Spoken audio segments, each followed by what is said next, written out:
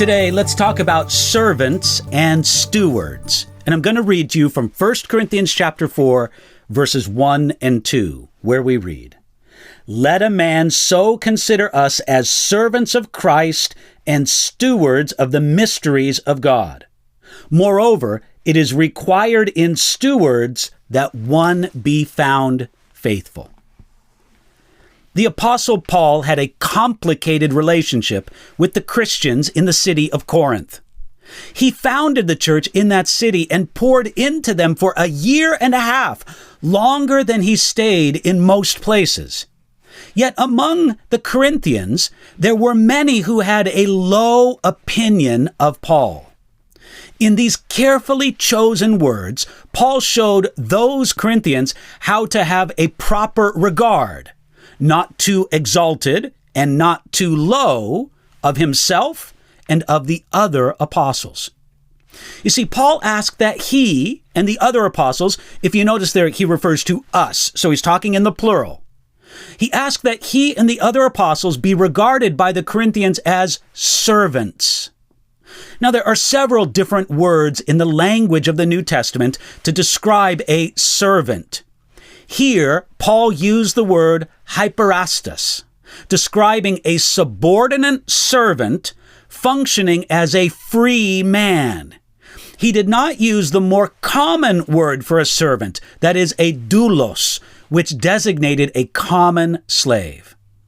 Now, literally, that word hyperetos literally means an under-rower, in the sense that someone was a rower on a big galley ship.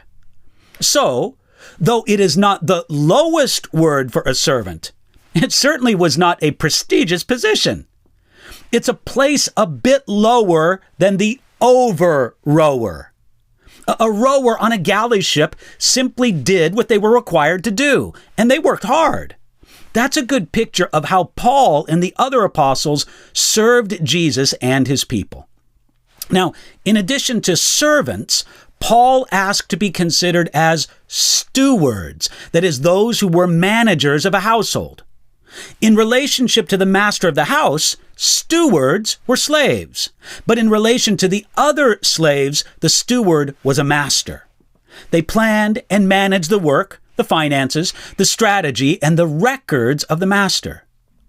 Now, what did Paul and the other apostles manage, so to speak, in the household of God? Well, among other things, they were stewards of the mysteries of God.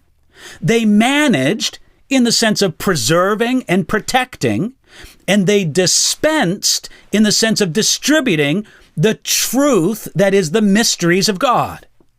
Whenever Paul heard criticism of his style or his manner, he could simply ask, "Did I give the truth to you?"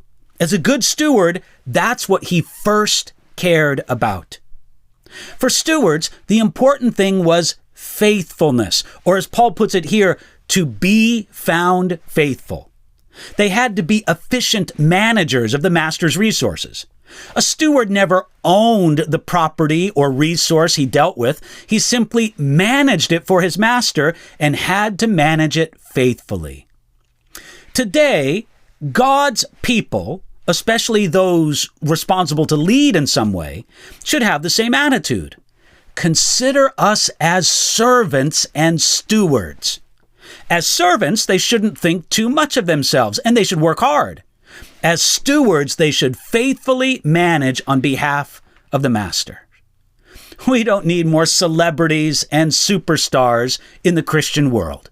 We need more faithful servants and stewards. If we faithfully fulfill those roles, God will be honored and his kingdom will progress.